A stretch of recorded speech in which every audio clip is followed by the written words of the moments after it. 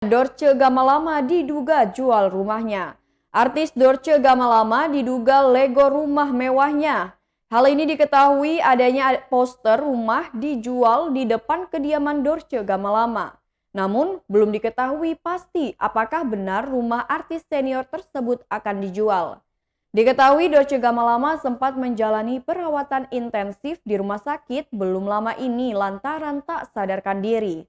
Namun kini Dorce telah kembali ke rumah pada 14 Oktober 2021. Kabar lainnya, Dorce dikabarkan akan menjual rumahnya yang berada di Jatibening, Bekasi, Jawa Barat. Hal itu diketahui lantaran ada sebuah poster bertuliskan rumah dijual dipajang di pagar rumah Dorce Gamalama. Kabar Dorce menjual rumahnya bukanlah kali pertama. Ia dulu sempat hendak menjual rumah gadang miliknya ke Raffi Ahmad.